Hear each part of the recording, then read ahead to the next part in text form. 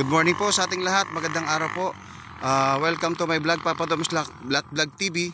So for today's video po, meron po akong papasilip dito na properties dito po sa bahay ng kuya po. Ito po ay isang farm lot na rice field, pero pwede po siyang residential kasi nakatutok po siya dito sa cemented road, along Barangay Cemented Road, 2 lanes. At meron na pong kuryente dito. At ang frontage po siguro nitong properties, mga madam, mga sir, ay mga nasa 50, around 50 meters po siguro.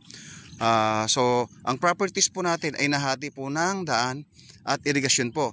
So ang total po na binibenta dito ay 1.3 hectares po. Ayan, makikita nyo po yung properties natin, 1.3 hectares. At ang naka-mother title po siya ng 2 hectares.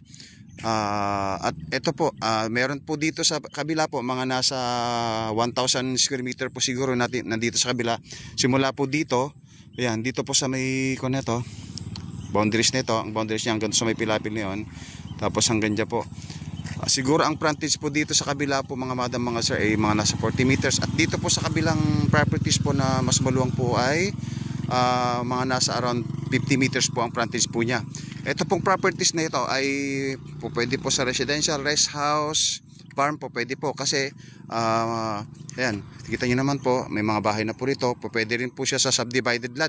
Ayan, ito po. At ang layo lang lamang po nito sa highway ay mga nasa 4 to 5 kilometers lang po. Ayan, at ang layo din naman po dito sa properties hanggang Tiplex po ay mga nasa around 15 to 20 minutes lang po. Ayan, perfect po ito mga madam, mga sir. Ayan, so invest na po kayo dito. Napakaganda po ng properties po natin. Ayan, along Cemented Road. Tapos may kompleto na po, may mga kuryente na po dito, may line na po ng PLDT, internet po, pwede, meron na rin po. So ayan, maraming salamat po. At kung interesado po kayo dito sa properties, ay paki-like and share and follow na lang po, at paki-click po yung notification bell para po updated po kayo sa lahat ng videos na aking ina-upload sa aking YouTube channel. So yun lamang po. Maraming salamat po at God bless po sa ating lahat. Oh, bye bye.